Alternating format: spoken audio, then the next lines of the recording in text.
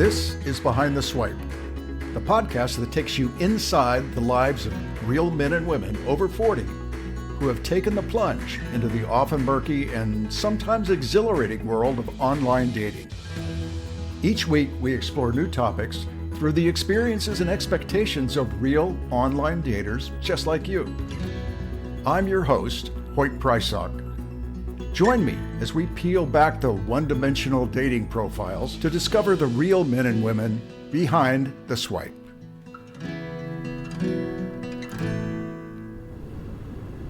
Today, we're going to talk about chemistry in relationships. On one hand, everyone knows what it is. Potential relationships that failed often get tagged with the phrase, "We just didn't have chemistry."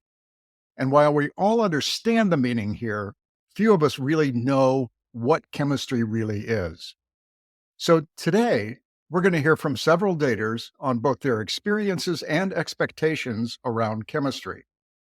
We'll hear from Mark, who thought he'd experienced chemistry early in his online dating experience, only to discover that he really didn't know chemistry at all. We'll hear from Charlotte, whose experience in chemistry was not a big bang, but rather a slow boil. And we'll hear from Chloe, who believed that she felt true fireworks in her first rebound relationship after her divorce, but has struggled to experience that same magic in the years since. So I can't wait to dig into this topic. And today, I'm thrilled to be joined by Dr. Karn. Dr. Karn is a master life coach, best-selling author, course creator, and inspirational speaker. She helps people remember their true power and their purpose by letting go of the past and igniting the potential of their future. She combines 20 plus years of clinical counseling and coaching experience with her spiritual gifts as an intuitive and medium to help clients create lives of wild, sacred freedom. While she's been featured on a wide array of media outlets, including Forbes, Huffington Post, Hallmark Channel, CNN, Fox, ABC, CBS, NBC, and The Bustle, we're happy to have her here with us today. And when she's not connecting people with their soul missions, she can be found dancing in the kitchen with her 3 kids and 2 rescue pups in her hometown of Atlanta. Dr. Karn, thanks so much for coming today. Oh, what a great intro. Thanks for having me. I'm so excited to dive into this topic. We've got a lot of juicy things to talk about. We do. Mhm. So let's start with how the dictionary defines chemistry in the context of romantic relationships. It says, chemistry is a complex mix of emotional, biological, and situational factors that create a unique bond between 2 individuals. It's often characterized by a strong emotional connection, mutual understanding, and natural compatibility. Well, that's simple and generic. Mhm. So, Dr. Karn, how do you understand chemistry in relationships? Well, that was beautifully defined in a scientific way. I think because of the work that I do, which is what we're going to be kind of, I know, comparing and contrasting different ideas of chemistry. Now, you've got this biological chemistry, you have chemistry that you think about in your mind, but the way that I like to look at it is kind of from a soul perspective, and it's based on your emotional feelings around somebody and how deeply you connect to that person, making you feel, better when you're around them, or if you don't have chemistry, you're not going to be really feeling like yourself. So I think when we're really connecting to somebody and having that authentic chemistry, you kind of feel like you're home, right? So I really want to talk about like kind of the emotional connection and how your soul's using your emotions as your voice, kind of channeling through you as you're having those dates and doing all the experimenting that we do out there in the dating world. Oh, that's perfect. That's perfect Mhm. because one of the big reasons that I was really excited to have you here is that, people who have listened to this podcast know that I tend to often take sort of an analytical approach Mhm. to understanding what's really going on. And I'm fascinated with psychology and neuroscience, and I know you are as well. Mhm. But our 2 perspectives, I think, while not really differing all that much, really come at this from a different angle. And so I'm anxious to hear from these daters that we've got teed up here. Oh But yeah. but Dr. Karn, there are a few things that I'm particularly curious about. And these are the things that I want to explore with us. Is one is that I want to understand whether that feeling of having great chemistry with another person is really a prerequisite to a solid romantic relationship, right? I wonder if people, when they speak of chemistry, are they really just using that as a code word for love, right? Mhm. Is that the same or are there different aspects to that? And then it also feels to me that chemistry can exist in multiple facets of a relationship. So somebody might have sexual chemistry, right? Mhm. They might have a shared sense of humor, and that forms chemistry for them. A shared worldview. I don't know. There might be a dozen of those facets out there, Mhm. and I don't think anybody really hits 100%. But what is that threshold that makes a person say, "Yes, I feel that chemistry"? And then finally, the chemistry is either there or it's absent at the Mhm. start. And I think a lot of us feel that if I don't feel that chemistry right away, it's not there and not going to happen. And we're going to hear some perspectives that will argue that maybe that's not true. But let's start with that one and your perspective on whether chemistry can be developed or is it something that the universe just brings into your soul? I think it's both. I think the answer always I have a PhD in counseling and education, and as a counselor, the answer is always, "It depends."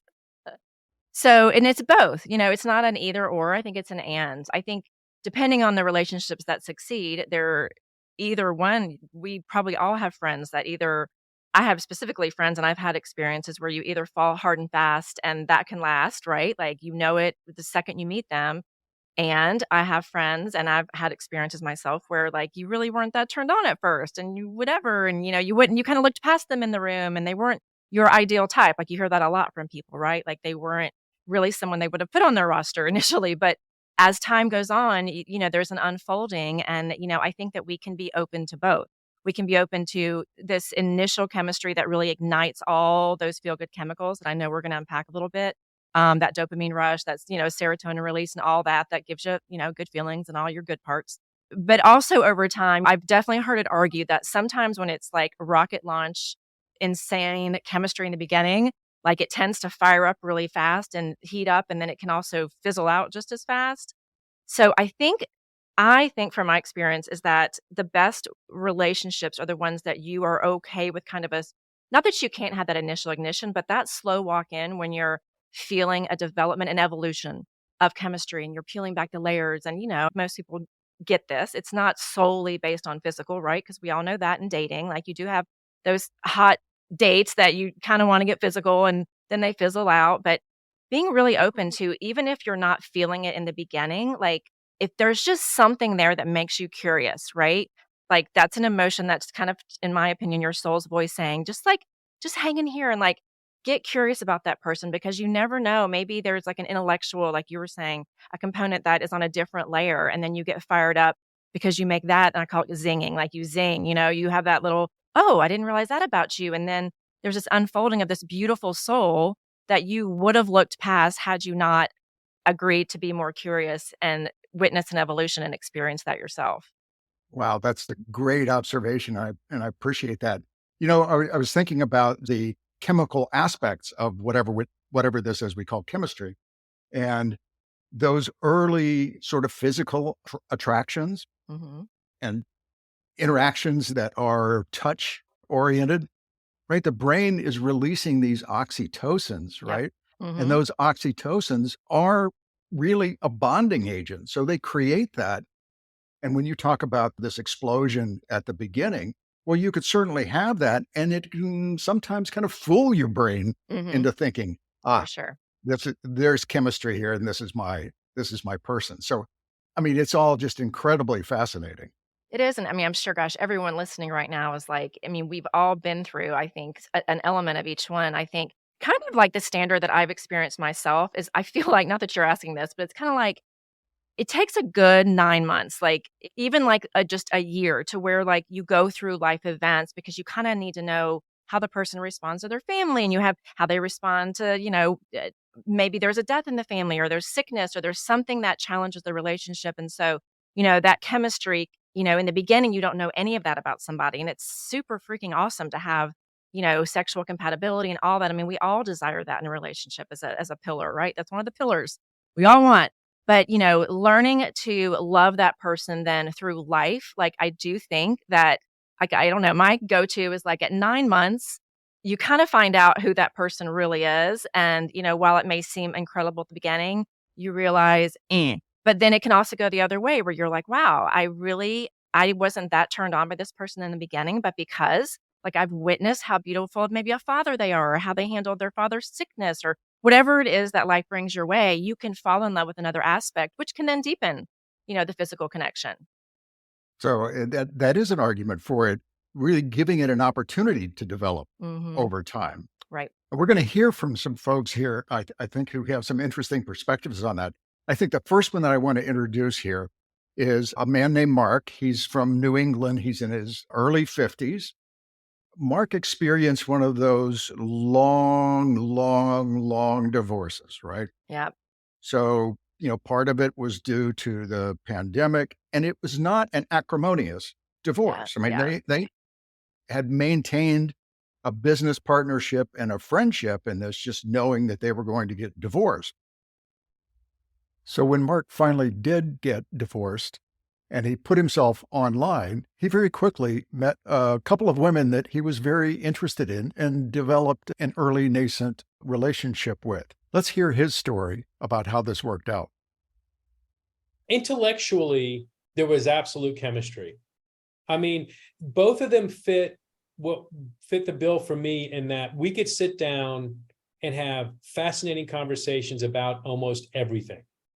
And for me, that was so important because I had not had that in my relationship with my ex-wife.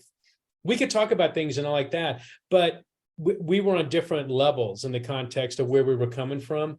Both of these people were very successful and intellectual people. So intellectually, there was definite chemistry.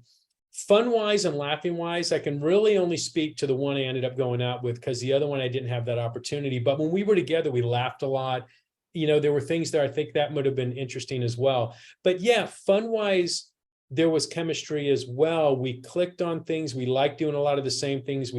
But she had some limitations, which I had to get used to, which in the end, that and some of her idiosyncrasies just ended up gnawing at me. And that's where I realized the chemistry wasn't there.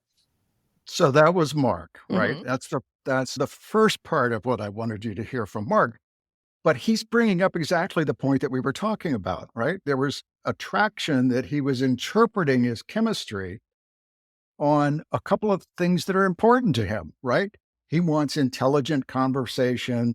He wants somebody that he can laugh with. I mean, we all do, right? Mhm. But he was interpreting that. And so in his mind, he was thinking, well, A, this was so much better than what I had in my 25 years of marriage, that this Mhm. could be the way it's supposed to be. And so it's interesting. And I would want to hear your perspective on like Mark's experience of this and how the people that you know and that you see can kind of fool themselves into thinking, well, this is as good as it gets. Well, a few things came up as I was listening to him. Well, and I'm also single, so I have my own experiences as well on apps and all that. So, I'll apply both of them. As he was talking, I was thinking about how often when we're coming out of especially a long-term marriage or relationship, there's something that was really lacking, whether it's so he was pinpointing the intellectual chemistry. So oftentimes it's the sexual chemistry or whatever it is. The pendulum tends to swing way back the other way, usually on the next person that we find, because you're so hungry to fill the void that was there in the last relationship. So for him, it sounds like that intellectual chemistry. So I like to look at it as from a soul perspective, every relationship that you bring in is there to help you grow and it's there to teach you something, not to punish you or test you or anything like that, but it's there to help you refine what you want. And, we call people in my perspective as a spiritual, like I help people with their spiritual journeys. You're calling people in to help you grow. So we're looking at this analytically, yes, he's kind of fooling himself maybe because this didn't pan out. But in my opinion, it's like, well, you're on a soul journey, so you get this thing fed in this intellectual side of you, right? Which is, basically in your logical mind, you're getting fed, it's intellectual. Oh my gosh, I've never had conversations like this before. Like, and it's kind of like food for your soul, right? But then over time, once I think you kind of get that satiated and it gets a little normalized, then it's like, okay, well, what else does this person have to offer? Again, soul journey. I'm refining what I desire. No relationship, in my opinion, is really a wrong or right. It's like we choose to be in that relationship on a soul level to help us learn something. Okay. And so in that, he learned that, wow, like this is important. So yes, I want this again, the pillar. So to me, the pillars are like our value system. So, sexual chemistry, intellectual chemistry, that's a pillar, right? So, and it's based on his values. So he really values, I do too, like intellectual, it's so hot in a man. If you're not intellectual, like you can't, some people, that's not that important. But if that's one of your values, and oftentimes those values get bigger because you didn't experience it in the last relationship. So that value becomes front and center. Therefore, he attracted somebody that had that. I look at it energetically. That was in her field. That's part of what she brought. But then over time, once that kind of normalized, he realized, I love he said idiosyncrasies. My daughter, my 15-year-old daughter calls it getting the ick. Like those things that like all of a sudden you realize the way they chew, or you kind of would put it to the side, like the way they chew their food, or maybe the way that they aren't grammatically correct, or whatever it is, that's also maybe a value of yours, maybe manners or being, very good at grammar. And you don't realize that because you're really trying to feed this other side of you. So then as that normalizes, these other things kind of come to the surface. And you're like, wow, I also kind of really value this thing over here. And this idiosyncrasy is not a match to what I really value. And so I don't really see it as so much fooling the self as, wow, so I've now refined what I want. Like there's nothing wrong about being in this relationship, but now I really realize that I also want this. And it's something I really can't look past. And that's totally okay. And I'm going to go Yeah. and try to find somebody next, right? That's more of an energetic match to me. So I like to look at it that way. So with Mark, this relationship that he was talking about, where he was feeling the chemistry on a couple of different levels, did ultimately end up petering out. Like you said, I think it lasted about 6 months or so. And then when he began dating again, that's when the story really got interesting. So I'd Okay. like to hear sort of the second half Yeah, of let's do Mark's it. story. We could come up with analogies or metaphors, however we want on this, but I think there's the difference between taking a leave and getting morphine. A leave, there's proportional chemistry. Morphine is blissful. You're done. And when you're in a relationship, which I feel like I'm in now, which whatever hallucinogenic you want to use or drug like that, I am in constant overdose right now. I did not know someone could be as happy as I am right now in every way, shape, or form. And we just click in every way, shape, or form. We have chemistry. And from what you're saying now, and I love the fact that you're doing this, I now know what chemistry is, just like I now know what true love is. Because having been with this person now for 2 years, which in my opinion is time enough to know whether or not there are idiosyncrasies that drive you crazy, whether there are habits, whether anything in their personal life, their belief system like that, where you're like, oh, you know what, I just can't take that, or I got to walk out of the room. Nope, hasn't happened. And so I appreciate the idea of chemistry. And I feel like the person I'm with now, there's chemistry. So that goes to exactly what you were just talking about, right? Mhm. Is that he gave it the 2 year. I mean, Yeah. he's been in this relationship now for 2 years. And whether this is just the perfect woman, or she doesn't have any idiosyncrasies, or it's more likely that his brain is like wiring him to look past those, right? Yeah, I think, those idiosyncrasies, those things that may have given you, as my daughter calls it, the ick with someone else. When there's that pure, deeper connection of love, you can call it whatever. There's like an agape love, as the Bible can call it, where there's this kind of unconditional. That's a loaded word, but you tend to those things tend to just kind of disappear because you have such a basis of such a strong energetic connection. And I think that even if they're doing the same thing, because this person is just a better soul match for you. And like, because he went through that other relationship, now when he found this, there's probably more of an appreciation, right? I mean, to me, it's always perfect timing, So then when she slid in and he slid in for her, they were in alignment with each other. And so what he's talking about is alignment. And alignment is when you're feeling, you line up on all those things. And of course, nobody's perfect, and relationships they evolve, and we tend to change and grow. But when you're in alignment like that, like none of that other stuff really matters. When you have that true love, like that stuff that would bug you with someone else, just it's not so strong, it's not so big. So I loved just now hearing that. I hope that that gives people so much hope, those that are looking and swiping right now, just to hear that story. It really brings a lot of hope. I found it really, really inspirational. It Mhm. made me think of, so when I was doing some research for this show, I came across, of all things, an anthropologist, Mhm. right? An anthropologist named Helen Fisher.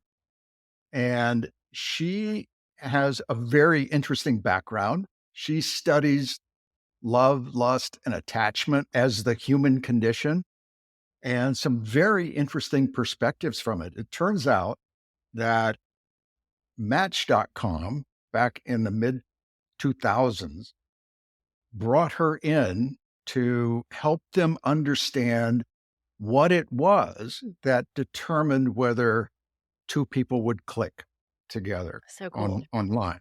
So she had created, and like coincidentally, it's exactly the same time that my speed dating application was running as a Match.com service. Right. So I'm surprised that I didn't come across her in the organization at that point in time.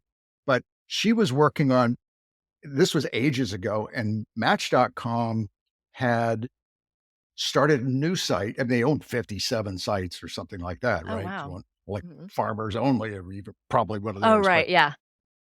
All so the a niches. bunch of different niche kind of sites, but they were being impacted from a business standpoint by eHarmony, right? Mhm. That was going into the, no, we're going to find scientifically your compatibility. So they were starting something called chemistry.com. And it didn't last more than a few years, but she did a research project where she gave a pretty thorough personality survey, which, by the way, is online that you can still take, and like 14 million people have taken it so far. Amazing, right. Amazing. Called, and it's at a site called The Anatomy of Love. I'll put it in the show notes here so everybody has an opportunity to go, and I encourage you to do that. But what she found was that there are really four systems within the brain that all have different levels of influence in each of us, right? And we all have all of these things. So Mhm. those four areas are the dopamine system, the testosterone system, the estrogen system, and the serotonin system, right? Mhm. And none of us are 100, there are no buckets in this, right? Right. But if you go do the survey, you kind of find out that these characteristics tend to match the chemistry that drive you. And yes, of course, at least 50% of who you are is influenced by your upbringing, your culture, your genetics, and things like that. But these four systems will help you to understand who it is that you're attracted to and why. Like, for example, the serotonin system, calm, rules based. These are people that she calls builders, which are, tend to be cautious and social norm kind of compliant. Right. Well, they tend to bond with each other, Yep. right? Whereas the dopamine system, which is the explorer, I'm going to try something new and, jump off of cliffs and all that kind of stuff. Right. All right. They're more flexible, and they would very likely connect with someone who's estrogen focused, who's the negotiator, the peacemaker, the pro-social empathic, right? Right. And so it's just really fascinating. I would encourage all of our listeners to go take that survey. But I want to get your thoughts here on like the chemistry, because you're really focused on like what your heart and your soul are telling you and how to listen and be guided by that in this. There's also some chemistry. So how do you sort of weigh those two things, Dr. Curran? That research is really extraordinary. Gosh, the fact that she's had so many people take it, that's extraordinary. You know, I mean, I have a clinical background, right? So I appreciate all of the stuff. So now I'm blending it. So what I look at is, your body was created to give you an emotional response to tell you when things are in alignment and out of alignment with who you are. And the way that you feel that is because is so those systems are developed to help you read your own emotions. So what happens when you release dopamine, serotonin, testosterone, and estrogen is you're going to have an emotional reaction, right? And so you tend to align, like you're saying, and I I would have to look at her research a little bit deeper, but you're going to align with one probably a little bit stronger than others. And like you were saying, that would dominate your point of attraction. So, but what's happening inside of you is you're releasing things that, are partly because of your programming from what, when you were raised and what's happened in society. And so you kind of have this set point of where you tend to lean based on your life experience and also based on who you innately are genetically and all that. So what happens is, you're going to get this chemical release in your body. And what that's going to do then with those chemicals, so you're going to have a thought and then the chemicals are going to get released. And then what happens after that is you have an emotional reaction. And so your body decides, does this feel good to me? Like someone, like I don't like to jump out of airplanes. So for me, if somebody wants to plan that date, I'm like intrinsically afraid of heights.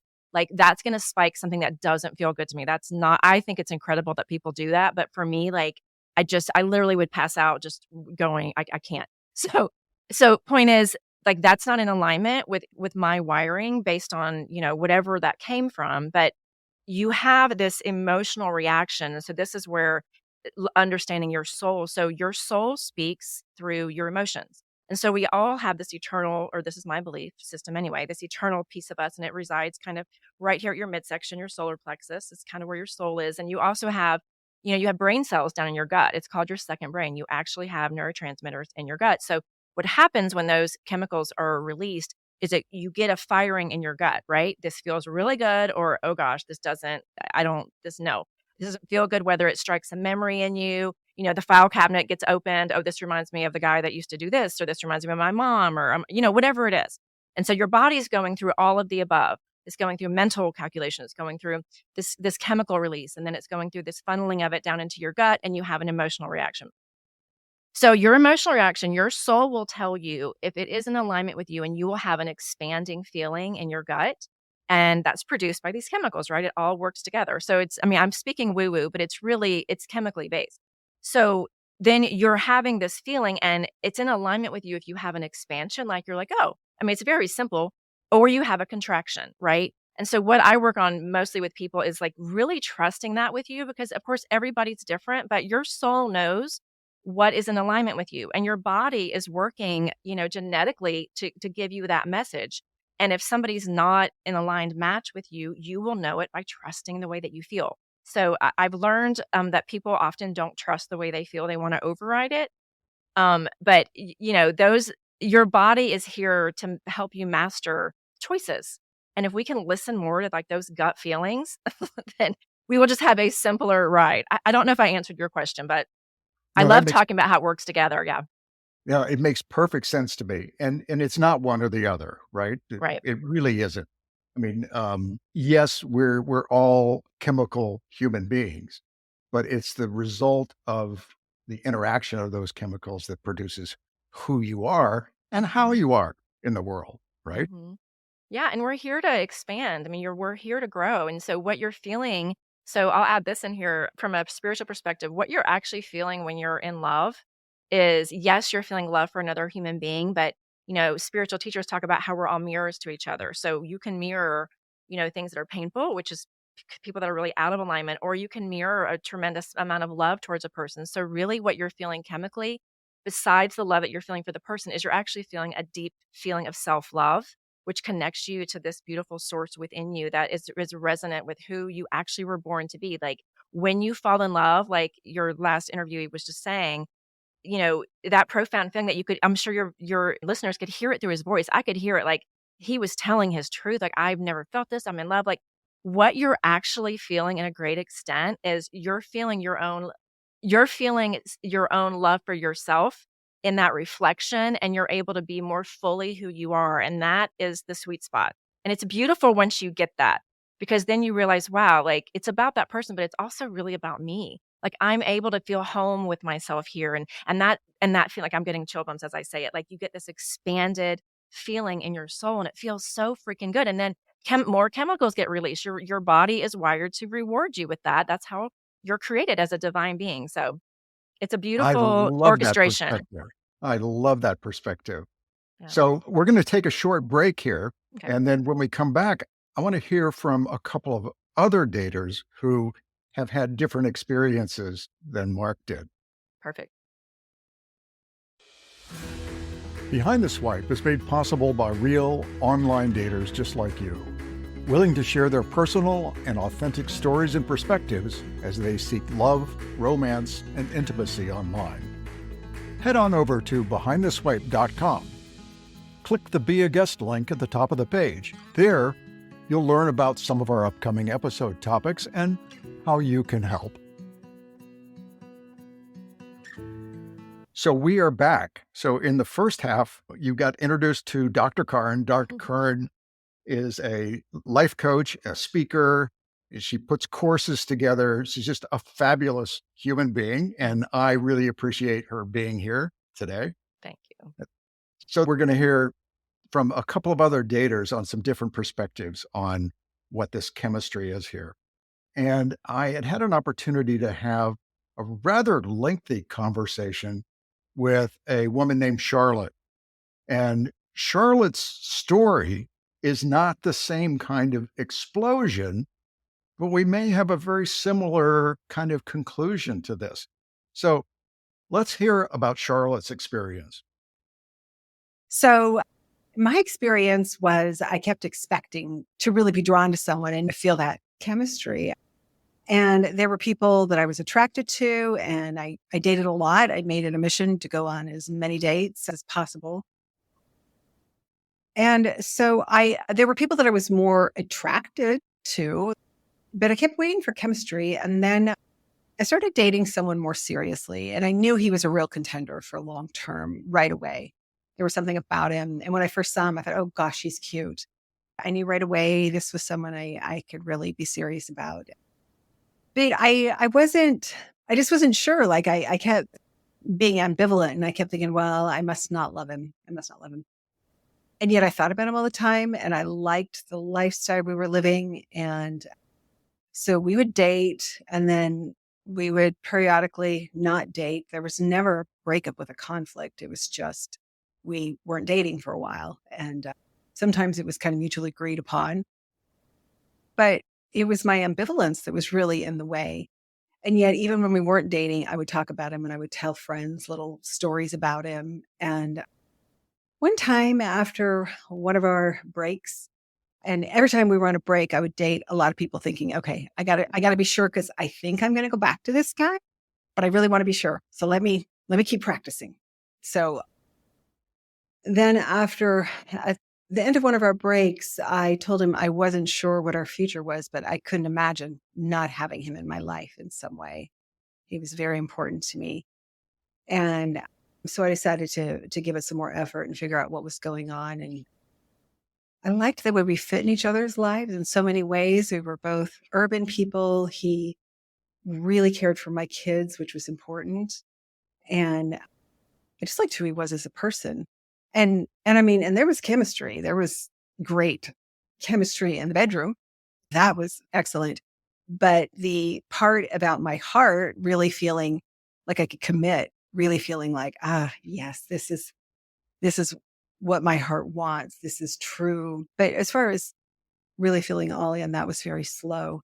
And I realized eventually that it was really hard for my heart to open up. I'd been hurt. There was a deep attachment wound. And in my childhood, I also had some attachment wounds. And I recognized that made it really hard for me to open up that part of myself.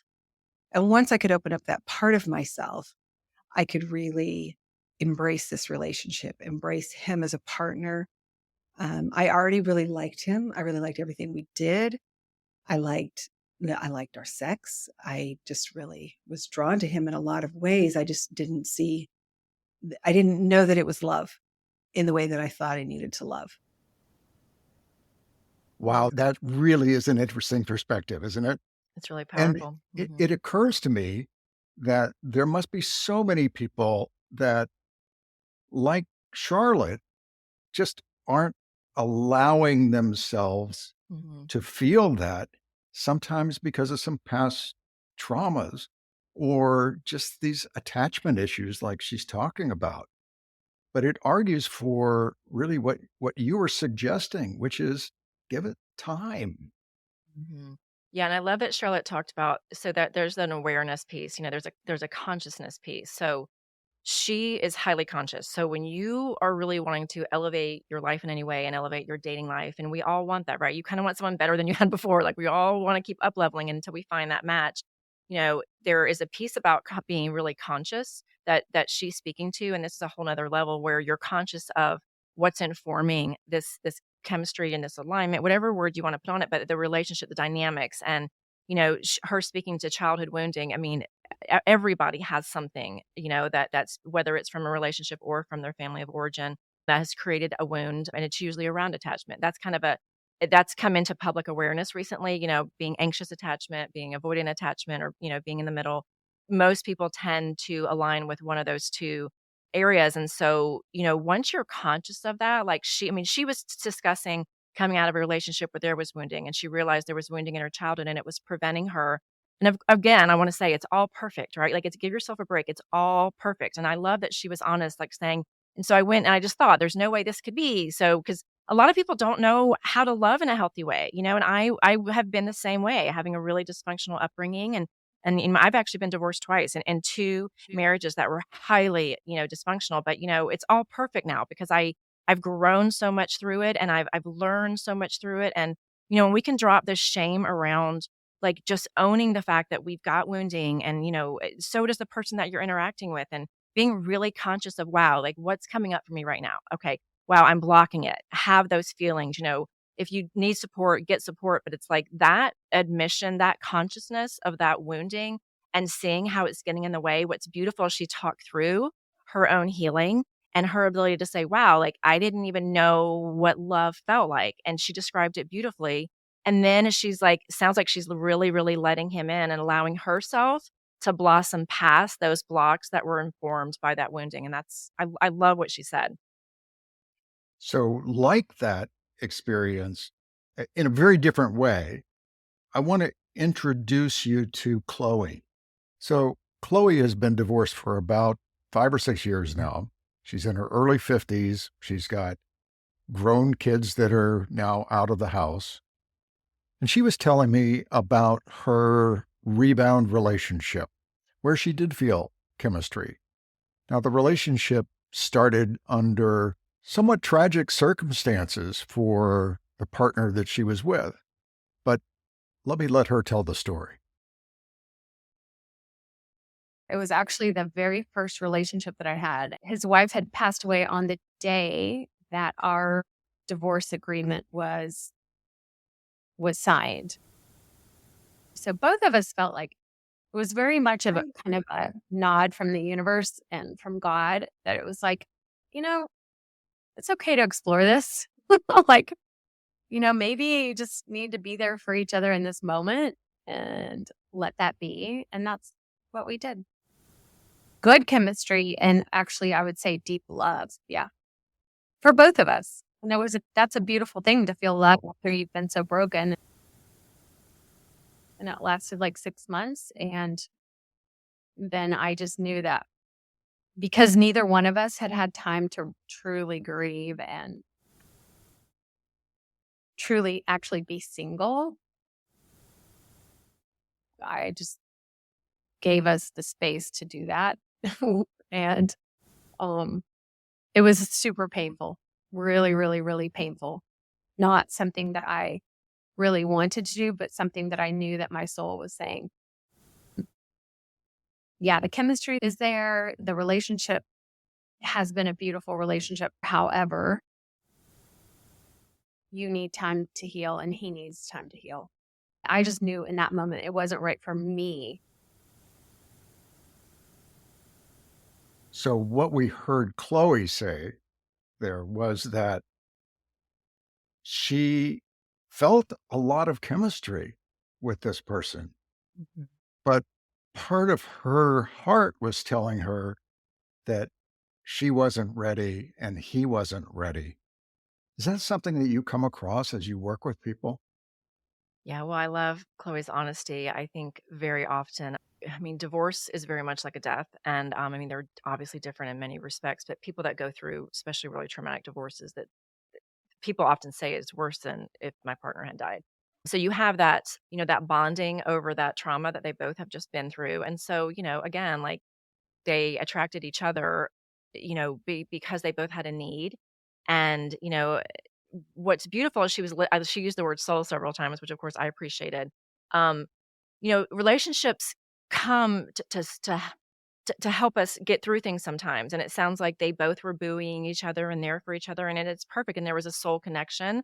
And, relationships are eternal. They never die. They just change forms. And, who knows what could play out, in 6 months, 6 years, whatever down the road with them. And you never know. But what she became aware of, again, her consciousness, what she became conscious of was there was probably something like she had a knowing, like there's some things I probably need to do on my own without us. I mean, people can call that oftentimes like trauma bonding. Um, Without us, going the road that we're going, I feel really need some alone time. And that was a knowing, right? Her soul was telling her and a knowing about him maybe too, whether or not he agreed with it. She didn't really say, but you know, for her to be conscious of that and follow that is so huge when people get to that state and they can be willing to go be alone to do some work, to get some more experience. And it's really, I think it's a very, very healthy choice.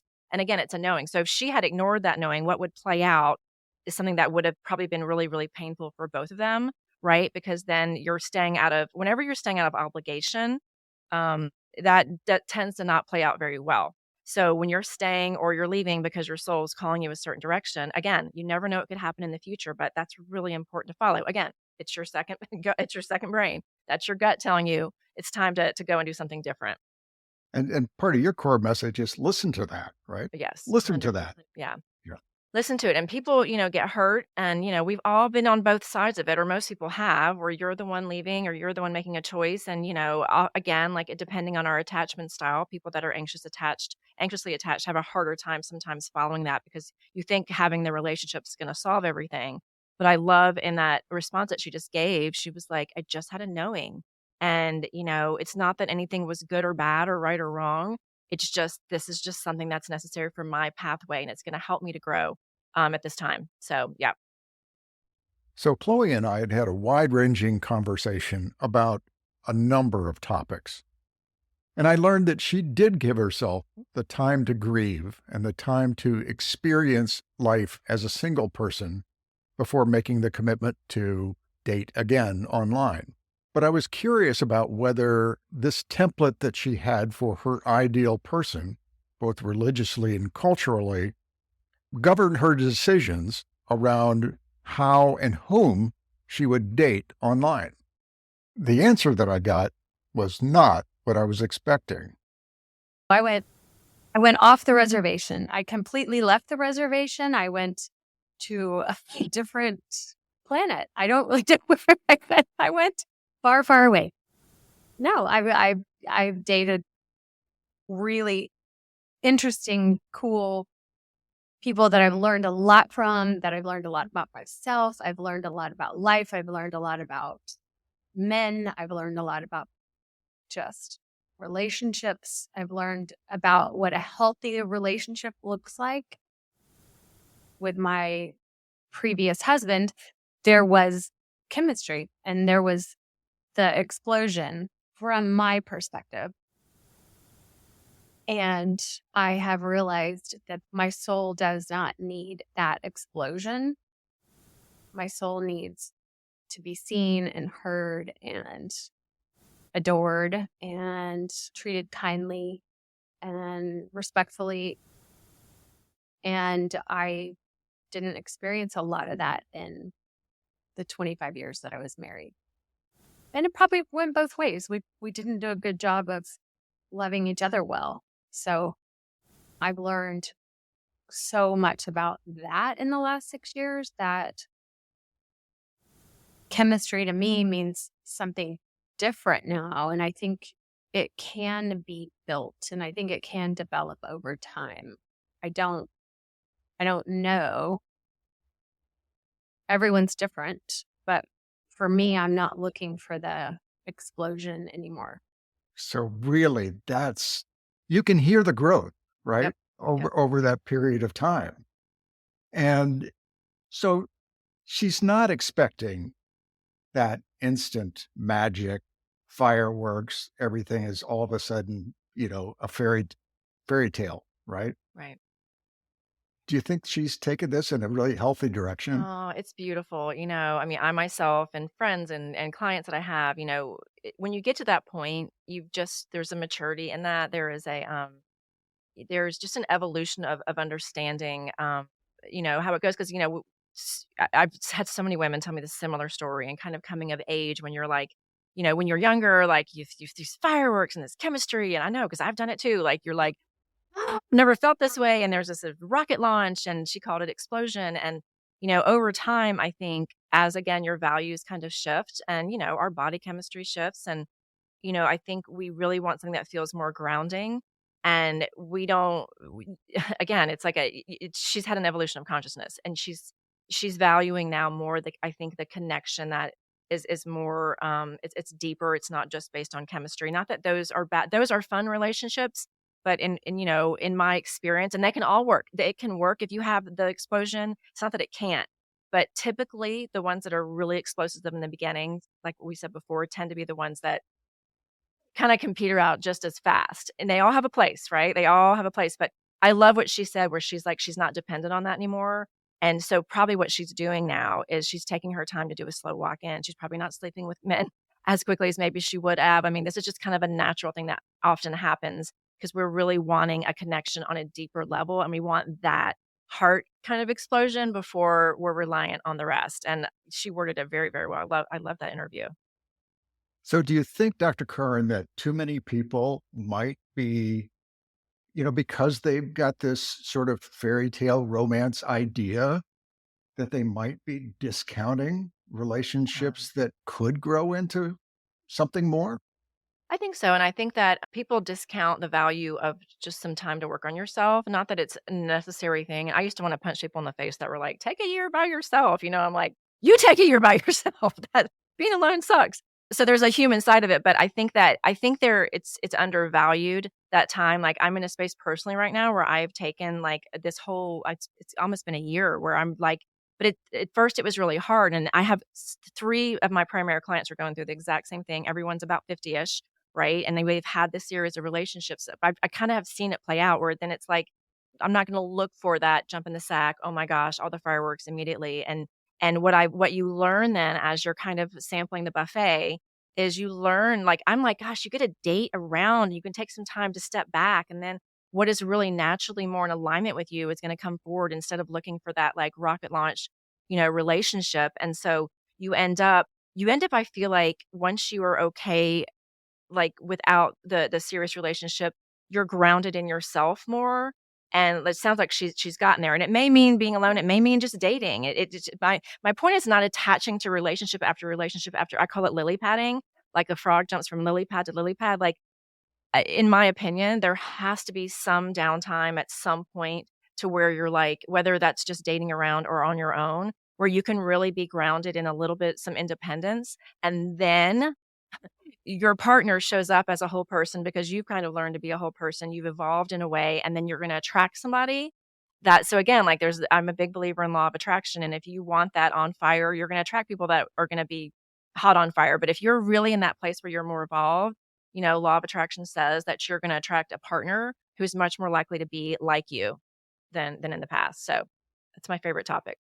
I just think that's beautiful, Dr. Curran. So before we go, I have one more piece that I want to play, and it goes back to Charlotte. You remember Charlotte? Yep. Slow boil Charlotte, right? Right. And I just thought that she had a great way of summing up her perspective here, and I wanted to play that for you. Well, that's a really good one because I think one, online dating, it's so easy for us to fill in the blanks with what we want to hear or want to see, and also fill in the blanks of what we think might be wrong after reading a paragraph about one person. So I would counsel them to date a lot, like a lot, and always aim for a second date. The first date is just a meeting. Always aim for a second date so you can be a little more relaxed and get to know the person and just lean in. It's an adventure and you're going to make a friend. So look at it as making a friend. And if it's not love at first sight, that's okay. You have a friend. And who knows, maybe that friend will lead to something more. But giving yourself opportunities to let friends get in your heart is really valuable. Mm, That I beautiful. wanted to play because I really felt like so many people could benefit themselves just by not carrying such a burden into online dating, right? Mhm. It's like, no, use this as an opportunity to learn about yourself, learn what you like, what your heart responds to. And Mm. so I just thought that was beautiful. Oh, she put it so well. Yeah, she used very heart-centered language. That perspective, and I got like gushy just listening to her, and I'm sure other people did. When you connect with that piece, and the issue is like where you are, whatever you want to call it, your idea, your resonance, your frequency. When you're in resistance to being open, and when you're really closed, like Michael Singer wrote that book, Untethered Soul, and it talks about this. Like we people tend to close themselves off because they've been hurt or whatever, and so her advice to date a lot of people, she's talking about that openness, like never ever close your heart off because it's not that you're punishing the world, you're punishing yourself because like it doesn't have to be the end all, the relationship. You're on a journey of evolution of learning about yourself. And I'm like, I mean, when you're married, I mean, it's great. We all really want that lifetime partner, but you're with one person. When you're dating, I mean, you could explore all these different worlds and you can date a musician, you can date an artist, you can date, I mean, you can go and you kind of get to insert yourself. It's really an incredible adventure. And you're likely not always going to have that much freedom. So, like Charlotte just said, like insert yourself in a way that is open. That is, yeah, like pay attention if your gut tells you there's a red flag and something's definitely not right for you. But if you can just find that friendship and open your heart, and you do learn something with each person, I have found it one of the best educations. And it's really, I think people don't talk about it enough. Like it's a great process of learning about the world, about yourself, about other lives that you don't get when you finally settle in that relationship. So I say make the most of it. She summed it up very, very well. Keep your heart open. Well, what a great way to frame that and a great way to, unfortunately, to end our conversation here because we're Mhm. about out of time, Dr. Karn. But before we go, I want you to remind everybody where they can find you online. You've got some great stuff Mhm. going on online on Instagram and on your website and with some of the live events that you're working Mhm. on. So tell people how they can find you. Thank you. Yeah, my favorite thing is meeting people in person. So yeah, I do have I have a retreat coming up next year called Wild Wonder, but everything that I do, I create courses around. We talk about this kind of stuff in my courses. My website is drkarin.com, but you have to spell it out. It's DOCTORKARIN. And that's my handle also on Instagram. I also have a YouTube channel, Dr. Karn, where I do talk about, it's all free. I have a lot of videos, especially one of the things I talk about a lot are people, we're not going to go into it, but like the narcissistic experience and empaths. A lot of people have had those in their experiences. And I really want you to open up your life to where you can be open to all that's waiting for you. So I've got a lot of that information on the YouTube channel as well. Well, I encourage people to go check that out. And Dr. Kern, I hope you'll come back and join us again because there are just so many of these topics that are so fascinating and people are struggling with, right? They want to figure this stuff out for Hmm. themselves. And there is so much for them when they can do that, when they can open up. And you've There's been so such much a waiting for great you. resource. I really appreciate your coming on today. Thank you. Thank you, Hoyt. I would love to come back. This is a beautiful platform. And I hope that everybody grew a little bit, became more conscious because of the conversation. Thank you. If you're enjoying Behind the Swipe, you can subscribe to our weekly episode feed on Apple, Spotify, or wherever you get your podcasts. And follow us on Instagram at Behind the Swipe Podcast. Got an over 40 dating story? We'd love to hear it. Just go to behindtheswipe.com and click on the Be a Guest tab. We just might feature you on one of our upcoming episodes. I'm your host, Hoyt Prysock. Until next week, swipe fearlessly.